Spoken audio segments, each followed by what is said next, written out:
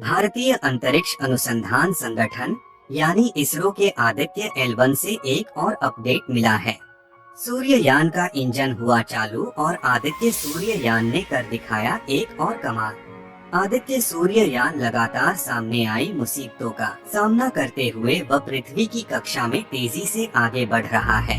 इसरो के वैज्ञानिक लगातार 24 घंटे सूर्ययान पर नजर गड़ाए हुए हैं ताकि उसकी कक्षा को समय अनुसार बदला जा सके, नहीं तो एक छोटी सी गलती की वजह से ही सूर्ययान को बहुत बड़ा खतरा हो सकता है।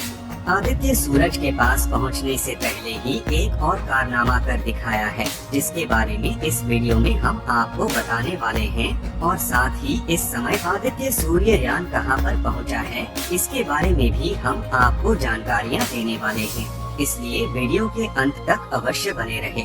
इसरो ने मिशन चंद्रयान 3 की सफलता के बाद अपने पहले सोलर मिशन आदित्य L1 को सक्सेसफुल बनाने की कवायद शुरू कर दी, जिसमें एक के बाद एक पड़ाव पूरे हो रहे हैं। जिस तरह इसरो की ओर से चंद्रयान 3 से जुड़ी हर अपडेट शेयर की जा रही थी, उसी तरह आदित्य L1 से जुड़ी जानकारी भी इसरो शेयर कर रहा है।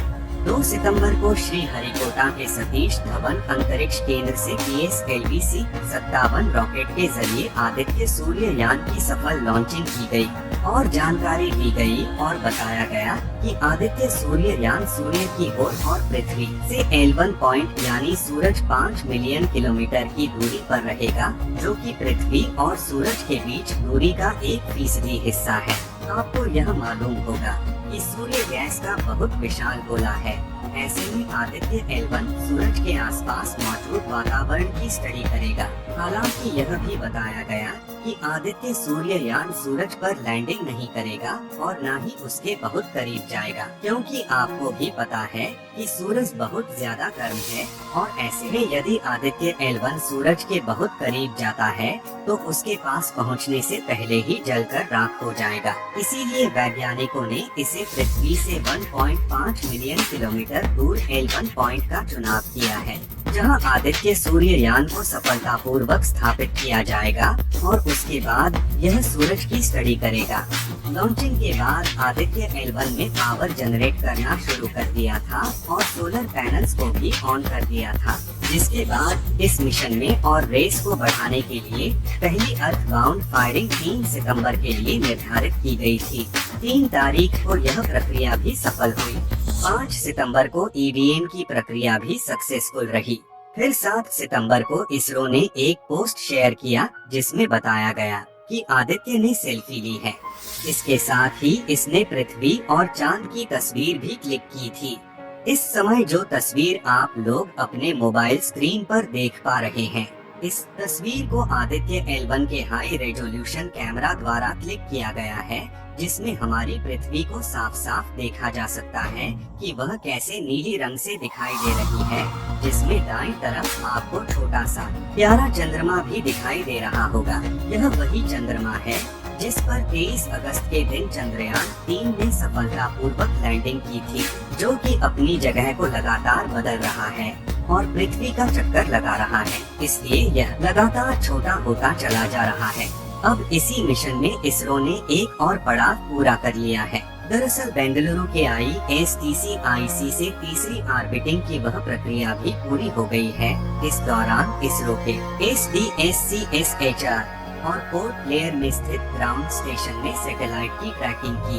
अब इसकी नई ऑर्बिट 296 किलोमीटर इंटू 71,768 किलोमीटर हो गई है। बताया जा रहा है कि अब अगली प्रक्रिया 15 सितंबर के दिन यानी आज के दिन को भारतीय समय के अनुसार 2 बजे के लिए निर्धारित की गई थी। आदित्य L1 को पृथ्वी और सूरज के बीच मौजूद L1 पॉइंट पर पहुंचना है। माना जा रहा है कि लॉन्चिंग के लगभग 127 दिन बाद ही L1 पॉइंट पर पहुंच पाएगा। कहा जा रहा है कि इस बिंदु से ग्रहण के बिना किसी रुकावट के सूरज को लगातार ऑब्जर्व किया जा सकता है, यानी आदित्य सूर्ययान निर्धारित बिंदु पर पहुंचकर हर समय सोलर स्टडी के लिए जरूरी डेटा जुटा पाएगा। इसमें कुल 7 पेलोड लगे हैं जो अलग अलग डेटा जुटाएगा। जानकारी के लिए बता दें कि मिशन आदित्य L1 की परियोजना निदेशक इसरो की महिला वैज्ञानिक निगार शासी हैं। जैसा कि हमने बताया, इसरो के सोलर मिशन आदित्य ने पृथ्वी की कक्षा का तीसरा चक्कर पूरा कर लिया है। मनोवरिंग के बाद अब आदित्य ऑर्बिट 296 इंटू 71,747 किलोमीटर की अंडाकार कक्षा में चक्कर काट रहा है। यानी इसरो का सोलर यान पृथ्वी से सबसे निकट 296 किलोमीटर और सबसे अधिकतम 71,768 किलोमीटर की दूरी पर है। इसरो के मुताबिक आज 2 बजे उपग्रह आदित्य को चौथी कक्षा में भेजा जाएगा। इसके बाद आदित्य L1 को एक और बार कक्षा बदलना पड़ेगा। इसके बाद आदित्य L1 लैग्रेंजियन कक्षा में चला जाएगा। 18 सितंबर को आदित्य L1 धरती के स्फीयर ऑफ इन्फ्लुएंस से बाहर चला जाएगा। इस पॉइंट को धरती का एग्जिट पॉइंट कहा जाता है, क्योंकि यहाँ के बाद धरती के गुरुत्वाकर्षण प्रभाव काफी कम हो जाता है। लेयर ऑफ इन्फ्लुएंस से निकलने के बाद अंतरिक्ष की शुरुआत होगी। यहाँ से आदित्य सूर्ययान लैग्रेंजियन पॉइंट की तरफ अपना रुख करेगा। फिर हेलो ऑर्बिट की ओर आदित्य L1 बढ़ जाएगा। यहाँ कुछ मनोवरिंग के बाद ग्रह की कक्षा में दाखिल होगा। इससे पहले आदित्य ने जो सेल्फी खींची थी वह सोशल मीडिया पर जमकर वायरल हुई थी। इसमें उसके पेलोड दिख रहे थे। इसके अलावा एक फोटो में उभरा हुआ पृथ्वी और चांद के साथ फोटो भी खींची थी। सूर्य के वातावरण से निकलकर अंतरिक्ष में फैलने वाले कोरोना मास्क इंजेक्शन और सौर तूफानों में कई तरह के रेडियोएक्टिव तत्व होते हैं जो पृथ्वी के लिहाज से नुकसानदेह होते हैं, और अगर यह रेडियोएक्टिव तत्व किसी भी तरह से पृथ्वी की वातावरण में चले जाते हैं तो फिर पृथ्वी की ऑर्बिट में घूम रहे हजारों सैटेलाइट के सिग्नल को ब्लॉक कर सकता है और इस प्रक्रिया में काफी ज्यादा नुकसान हो सकता है। सौर तूफान और कोरोना मास्क इंजेक्शन की वजह से पृथ्वी के बाहर ही वायुमंडल में चक्कर काट रही सैटेलाइट में खराबी आ सकती है। इसके अलावा अगर कोरोना मास्क इंजेक्शन और सौर तूफान धरती के वातावरण में दाखिल हो जाए तब पृथ्वी पर start wave communication, mobile signal, electric power और ग्रिड सिस्टम पूरी तरह से ठप पड़ने की संभावना होती है। इसलिए इसरो सूर्य को पढ़ना चाहता है। इसकी मदद से पृथ्वी को सूर्य के प्रकोप में मदद मिलेगी और सूर्य से आने वाले सौर तूफान, कोरोना मास्क इंजेक्शन की जानकारी भी समय रहते मिल सकेगी ताकि कोई एहतियाती कदम उठाया जा सके। आप सभी लोगों की दुआओं से ही चंद्रयान 3 ने चांद की सतह पर सफलतापूर्वक लैंडिंग की थी। इसलिए जिस जगह पर चंद्रयान 3 ने लैंडिंग की थी उस जगह का नाम शिव शक्ति पॉइंट रखा गया है।